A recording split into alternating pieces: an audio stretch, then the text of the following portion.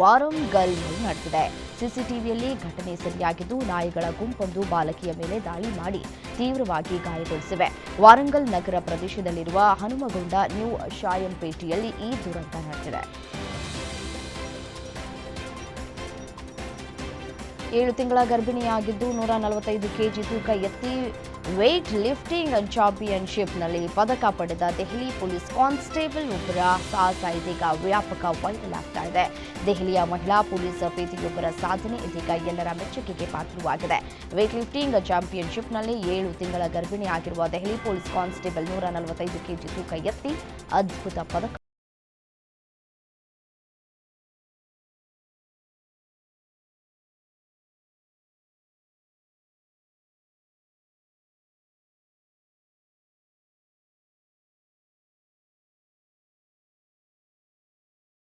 ಕುರಿತ ನಿರ್ಧಾರದಲ್ಲಿ ನಿಗಮ ಸ್ವತಂತ್ರವಾಗಿದ್ದು ಯಾವುದೇ ಒತ್ತಡ ಹೊಂದಿಲ್ಲ ಅಂತ ಹೇಳಿ ಸ್ಪಷ್ಟಪಡಿಸಿದೆ.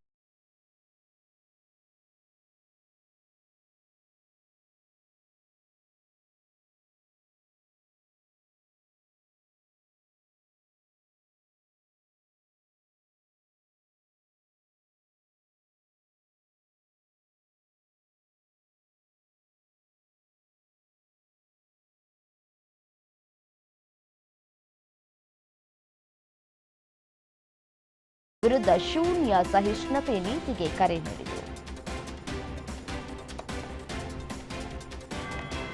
ಸ್ಪರ್ಧೆಯಿಂದ ಗುರುತಿಸಲ್ಪಟ್ಟ ಸಂಕೀರ್ಣ ಸಮಯಗಳೊಂದಿಗೆ ಜಗತ್ತು ಹೋರಾಡ್ತಾ ಇದೆ ಅಂತ ಕೇಂದ್ರ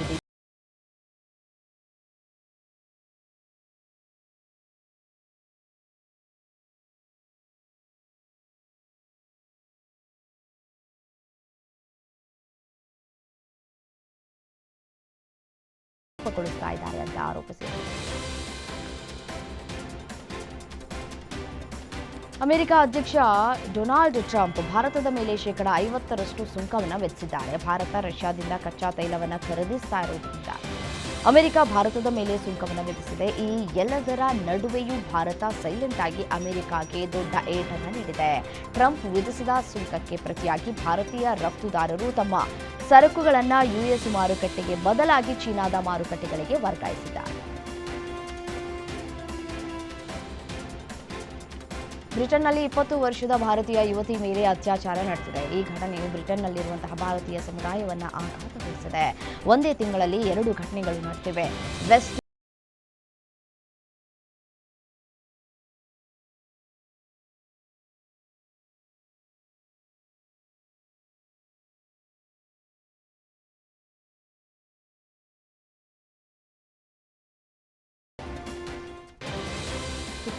ರಷ್ಯಾ ಪರಮಾಣು ಸಾಮರ್ಥ್ಯದ ಕ್ರೂಸ್ ಕ್ಷಿಪಣಿಯ ಪರೀಕ್ಷೆಯನ್ನು ಯಶಸ್ವಿಯಾಗಿಸಿದ ಬೆನ್ನಲ್ಲೇ ನಿರ್ಬಂಧಗಳನ್ನು ಮುಂದಿಟ್ಟುಕೊಂಡು ರಷ್ಯಾಗೆ ಬೆದರಿಕೆ ಹಾಕ್ತಾ ಇದ್ದ ಅಮೆರಿಕ ಅಧ್ಯಕ್ಷ ಡೊನಾಲ್ಡ್ ಟ್ರಂಪ್ ತಣ್ಣಗಾಗಿದ್ದು ಈಗ ತಮ್ಮ ಧ್ವನಿಯನ್ನು ಬದಲಾಯಿಸಿದ್ದಾರೆ. ಹೊಸ ಕ್ಷಿಪಣಿಗಳನ್ನು ಪರೀಕ್ಷಿಸುವ ಬದಲು ಉಕ್ರೇನ್ ಯುದ್ಧವನ್ನು ಕೊನೆಗೊಳಿಸುವತ್ತ ಗಮನ ಹರಿಸುವಂತೆ ಅವರು ಪುಟಿನ್ ಅವರಿಗೆ ಮನವಿ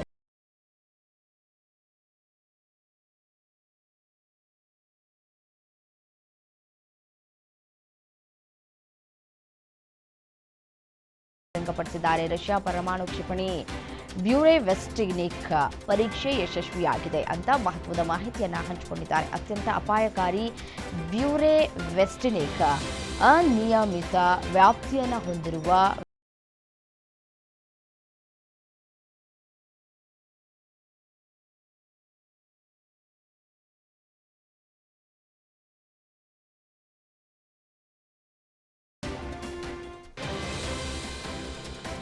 ಪಾಕಿಸ್ತಾನ ಅಫ್ಘಾನಿಸ್ತಾನ ಶಾಂತಿ ಮಾತುಕತೆ ನಡೆಸ್ತಾ ಇದ್ದ ವೇಳೆಯೇ ಉಭಯ ದೇಶಗಳ ನಡುವೆ ಗಡಿಯಲ್ಲಿ ಹೊಸ ಘರ್ಷಣೆ ಉಂಟಾಗಿದ್ದು, ಇದರಲ್ಲಿ 5 ಪಾಕ್ ಸೈನಿಕರು ಬಲಿಯಾಗಿದ್ದಾರೆ ಅಂತ ಪಾಕಿಸ್ತಾನ ದೃಢಪಡಿಸಿದೆ. ಪಾಕಿಸ್ತಾನಿ ಮಿಲಿಟರಿ ಮಾಧ್ಯಮ ವಿಭಾಗದ ಪ್ರಕಾರ ಅಫ್ಘಾನಿಸ್ತಾನದಿಂದ ಗಡಿಯನ್ನು ದಾಟುವುದಕ್ಕೆ ಪ್ರಯತ್ನಿಸಿದ ಉಗ್ರರನ್ನ ತಡೆಯುವ ವೇಳೆ ನಡೆದಂತಹ ಗುಂಡಿನ ಚಕಮಕಿಯಲ್ಲಿ 25 ಉಗ್ರರು ಸಾವನ್ನಪ್ಪಿದ್ದಾರೆ. ಈ ಘಟನೆ ಕರ್ರಮ್ ಮತ್ತು ಉತ್ತರ ವಾಜಿರಿಸ್ತಾನ್ ಜಿಲ್ಲೆಗಳಲ್ಲಿ ನಡೆದಿದೆ.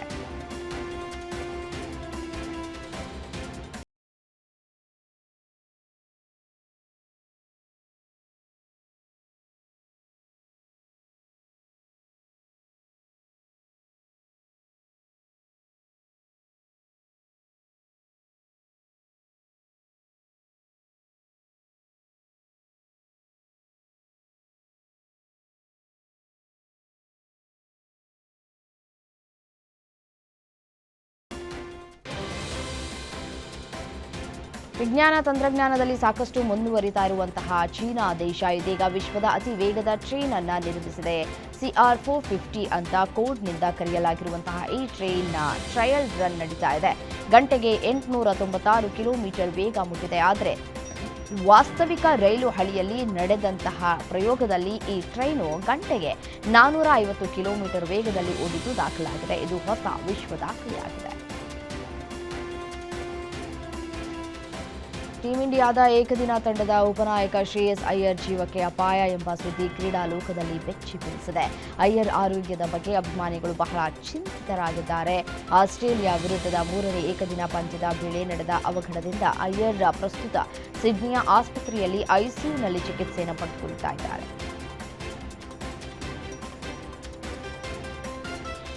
ಮುಂಬರುವ 2027ರ ಐಸಿಸಿ ಏಕದಿನ ವಿಶ್ವಕಪ್ ಟೂರ್ನಿಗೆ ಇನ್ನೂ 1.5 ವರ್ಷ ಬಾಕಿ ಇದೆ. ವಿರಾಟ್ ಕೊಹ್ಲಿ, ರೋಹಿತ್ ಶರ್ಮಾ ಈಗಾಗಲೇ ಟೆಸ್ಟ್ T20ಯ ಕ್ರಿಕೆಟ್ಗೆ ವಿದಾಯವನ್ನು ಹೇಳಿದ್ದಾರೆ. ಏಕದಿನ ವಿಶ್ವಕಪ್ ಟೂರ್ನಿಯಲ್ಲಿ ಈ ಇಬ್ಬರು ಆಡುವ ಬಗ್ಗೆ ಇನ್ನೂ ಯಾವುದೇ ಖಚಿತ ಮಾಹಿತಿ ಇಲ್ಲ.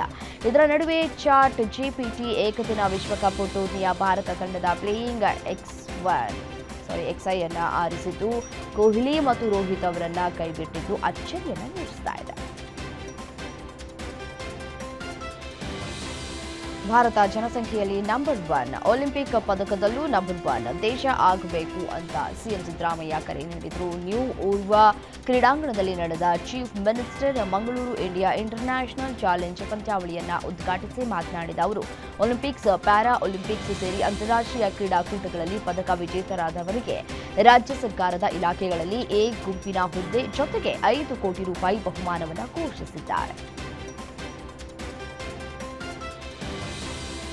ಬಾಂಗ್ಲಾದೇಶದ ವಿರುದ್ಧದ ಪಂದ್ಯದಲ್ಲಿ ಗಂಭೀರ ಗಾಯಕ್ಕೆ ತುತ್ತಾಗಿದ ಭಾರತೀಯ ಮಹಿಳಾ ತಂಡದ ಓಪನರ್ ಪ್ರತೀಕಾ ರಾವಲ್ 2025ರ ಐಸಿಸಿ ಮಹಿಳಾ ಏಕದಿನ ವಿಶ್ವಕಪ್ ಟೂರ್ನಿಯಿಂದ ಹೊರಬಿದ್ದಿದ್ದಾರೆ. ಈ ಹಿನ್ನೆಲೆಯಲ್ಲಿ ಆಸೀಸ್ ವಿರುದ್ಧದ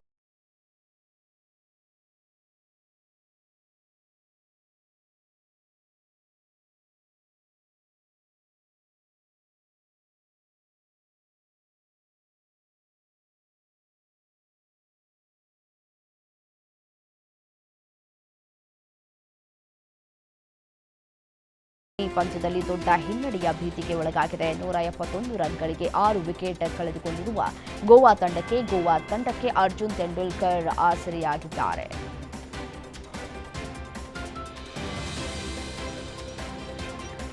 ಎರಡು 2025-26ರ ರಣಜಿ ಟ್ರೋಫಿ ಟೂರ್ನಿಯಲ್ಲಿ ಭಾರತ ಅಂಡರ್-19 ತಂಡದ ಮಾಜಿ ನಾಯಕ ಪೃಥ್ವಿ ಶಾ ಭರ್ಜರಿ ಪ್ರದರ್ಶನವನ್ನು ತೋರುತ್ತಾ ಇದ್ದಾರೆ. ಮುಂಬೈ ತಂಡವನ್ನು ತೊರೆದು ಮಹಾರಾಷ್ಟ್ರ ಪರ ರಣಜಿ ಟ್ರೋಫಿ ಆಡ್ತಾ ಇರುವ ಪೃಥ್ವಿ ಶಾ ಚಂಡೀಗಢ ವಿರುದ್ಧದ ಪಂದ್ಯದಲ್ಲಿ ದ್ವಿಶತಕ ಬಾರಿಸಿದ್ದಾರೆ. ಆ ಮೂಲಕ ಅವರು ರಣಜಿ ಟ್ರೋಫಿ ಟೂರ್ನಿಯ ಇತಿಹಾಸದಲ್ಲಿಯೇ 3ನೇ ಅತ್ಯಂತ ವೇಗದ ದ್ವಿಶತಕವನ್ನು ಬಾರಿಸಿದ್ದಾರೆ.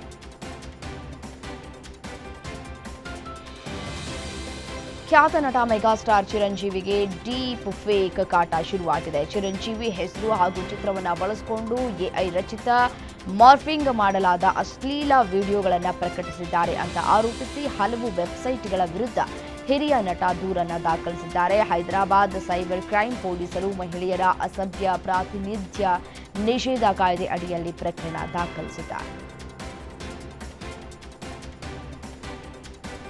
ನಟ ನಿರ್ದೇಶಕ ರಾಘು ಶಿವಮೊಗ್ಗ ಅವರು ಬೆಳ್ಳಿತೆರೆ ಕಿರುತೆರೆಯಲ್ಲಿ ಸಕ್ರಿಯರಾಗಿದ್ದಾರೆ. ಅವರು ನಿರ್ದೇಶನ ಮಾಡಿರುವ 3ನೇ ಸಿನಿಮಾ ದಿ ಟಾಸ್ಕ್ ಈಗ ಬಿಡುಗಡೆಯ ಹಂತದಲ್ಲಿದೆ. ನವೆಂಬರ್ 21ರಂದು ಈ ಸಿನಿಮಾ ರಿಲೀಸ್ ಆಗಲಿದೆ. ಇತ್ತೀಚೆಗೆ ಈ ಸಿನಿಮಾದ ಟೀಸರ್ ಗಮನ ಸೆಳೆದಿದ್ದು, ರಾಘು ಶಿವಮೊಗ್ಗ ನಿರ್ದೇಶನದ ಈ ಚಿತ್ರದಲ್ಲಿ ಸಾಗರ್ ರಾಮ್ ಮತ್ತು ಜಯಸೂರ್ಯ ಆಜಾದ್ ಅವರು ಮುಖ್ಯ ಭೂಮಿಕೆ ನಿಭಾಯಿಸಿದ್ದಾರೆ. ಮನೆ ಕೆಲಸದವರು ಭದ್ರತಾ ಸಿಬ್ಬಂದಿಗಳಿಗೆ ಬಾಲಿವುಡ್ ಬಿಗ್ ಬಿ ಅಮಿತಾಬ್ ಬಚ್ಚನ್ ತಲಾ 10,000 ರೂಪಾಯಿ ಹಾಗೂ ಸ್ವೀಟ್ ಬಾಕ್ಸ್ ಉಡುಗೊರೆಯಾಗಿ ನೀಡಿದ್ದಾರೆ. ದೀಪಾವಳಿ ಸಂಭ್ರಮಕ್ಕೆ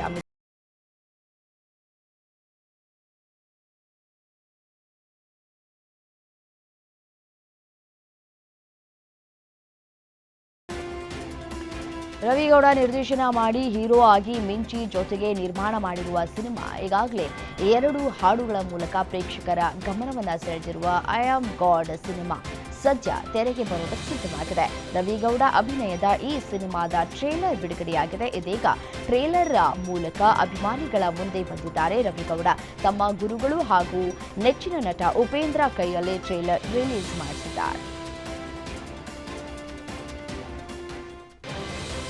ಕಾಂತಾರ ಚಾಪ್ಟರ್ 1 ದೇಶ ವಿದೇಶಗಳಲ್ಲಿ ಉತ್ತಮ ಪ್ರದರ್ಶನ ಕಾಣ್ತಾ ಇದೆ. ಜಾಗತಿಕವಾಗಿ ಈಗಾಗಲೇ 818 ಕೋಟಿ ರೂಪಾಯಿಗಿಂತ ಅಧಿಕ ಕಲೆಕ್ಷನ್ ಮಾಡಿದ್ದು, ಈ ವರ್ಷ ಅತಿ ಹೆಚ್ಚು ಗಳಿಸಿದ ಭಾರತೀಯ ಚಿತ್ರ ಅನಿಸಿಕೊಂಡಿದೆ. ಅಲ್ಲದೆ ಕನ್ನಡ ಮತ್ತು ಹಿಂದಿಯಲ್ಲಿ 200 ಕೋಟಿ ರೂಪಾಯಿ ಕ್ಲಬ್ ಸೇರುವುದರ ಮೂಲಕ ಇತಿಹಾಸ ಬರೆದಿದೆ. ಜೊತೆಗೆ 1,000 ಕೋಟಿ ರೂಪಾಯಿ ಕ್ಲಬ್ನತ್ತ ಮುನ್ನುಗ್ತಾ ಇದೆ.